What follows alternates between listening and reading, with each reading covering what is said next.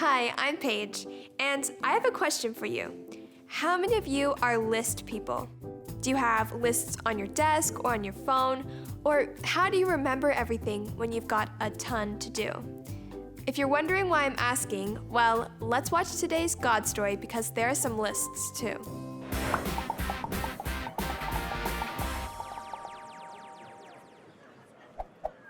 Why does everyone love Frosty the Snowman? Because he's so cool.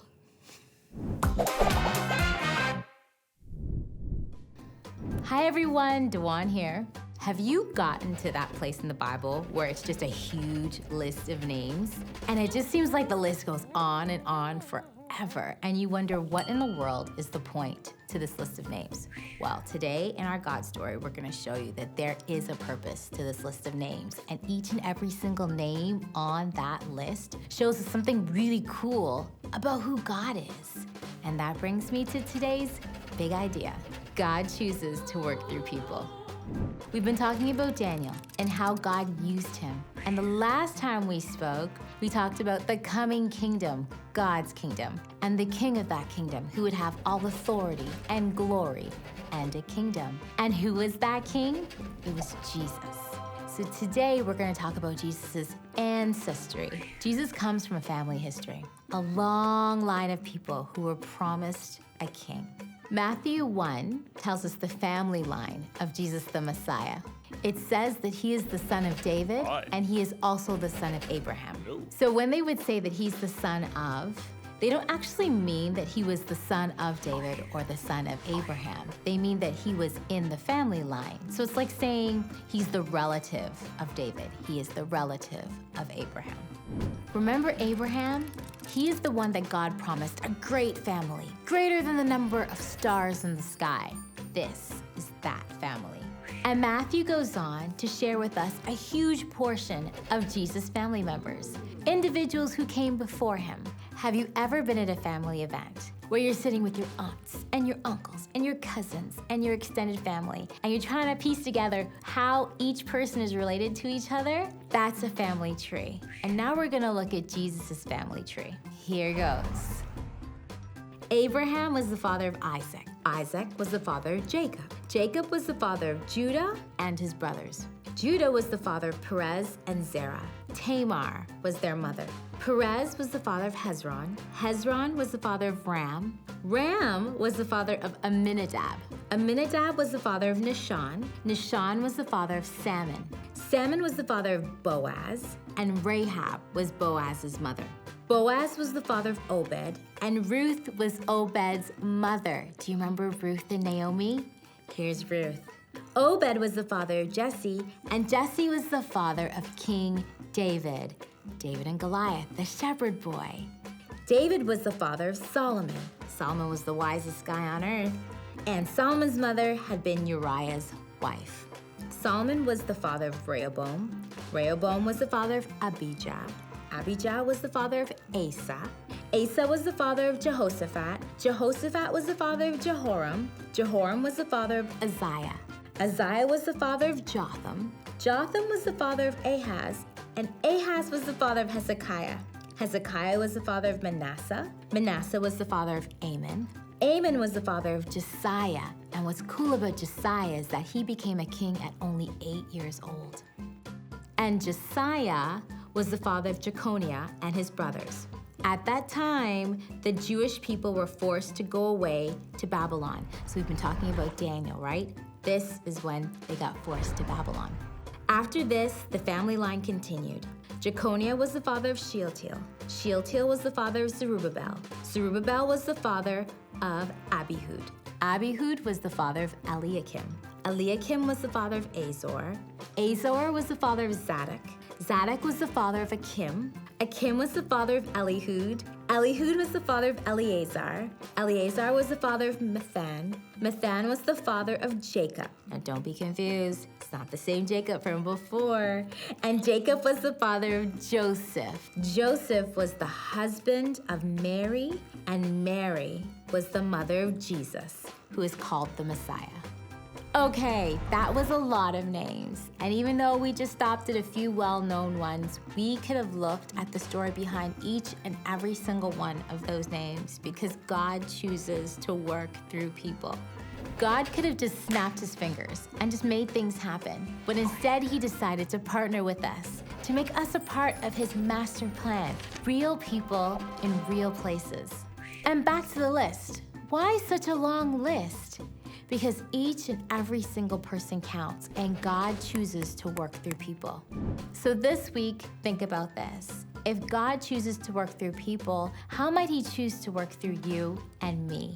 Take time to have a conversation with him about how he could use you, and also listen to hear what he has to say. And that's our God story for today. I'm Duann, and I'm looking forward to seeing you for another one. Sorry if those lists were not what you had in mind, but if I told you what to expect, you might not have been excited to listen up. I think it's cool that all those people were named and that God chose to work through all of them. Lists are one way of learning or remembering something, but there are other ways of learning too. We have a super cool video that will blow your mind. Let's watch this. What's up guys, Christian here. I'm so excited about today's video because a lot of you have been wondering, how do we create game time? Well, I'm here today to show you how it's done with games like, or the Scrumptious, or an all-time favorite. Okay, that was a personal favorite game of mine. All right, today I want to share with you our process for making game time. Let's start at the beginning.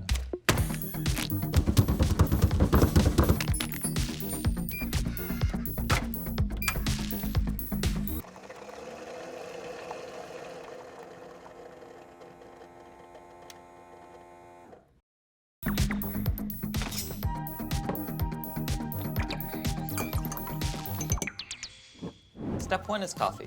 Always coffee. Once caffeinated, a team of bright individuals discuss the Bible verse for the month.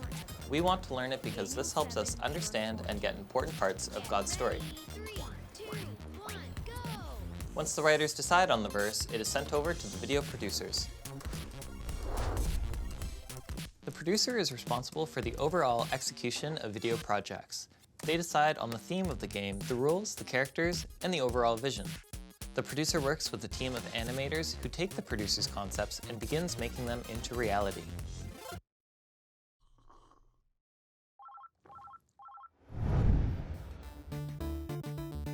Animators like to work in the dark. They are peculiar yet creative individuals. Anyways, animators use computer programs to develop the look of the game, build assets, and add motion to each graphic created. Once the animator is ready with the first draft of the game, it is reviewed by the producer.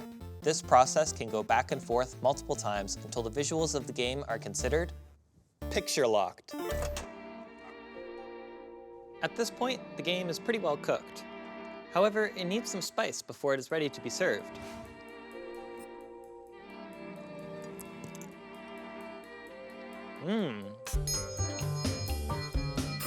Each visual needs a corresponding sound effect, and we need to design some of these sound effects from scratch.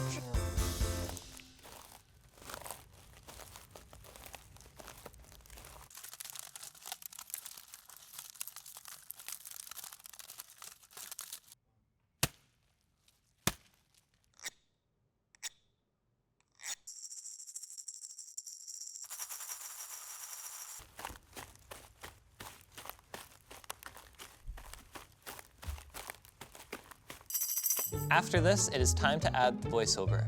This is when we record someone saying the scripture. And he was given authority, glory, and a kingdom. People of all nations, no matter what language they spoke, worshipped him. His authority will last forever. Then it's off to the editor, who adds all of these individual elements into one project: animation, sound effects, voiceover, and music. Finally, the project is exported into a playable file. And just like that, the game is ready to be enjoyed.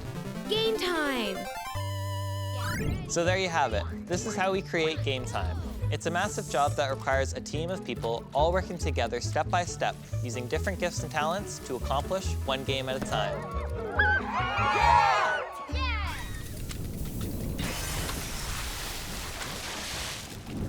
Now, is that cool or what? The team does a great job creating these games, and yes, it is an awesome way to learn Bible verses. It's amazing to see how God partners with them and works through them as they get the opportunity to use their talents and skills to tell others about Jesus. Well, let's break into our small groups now to see what this will look like in our own stories.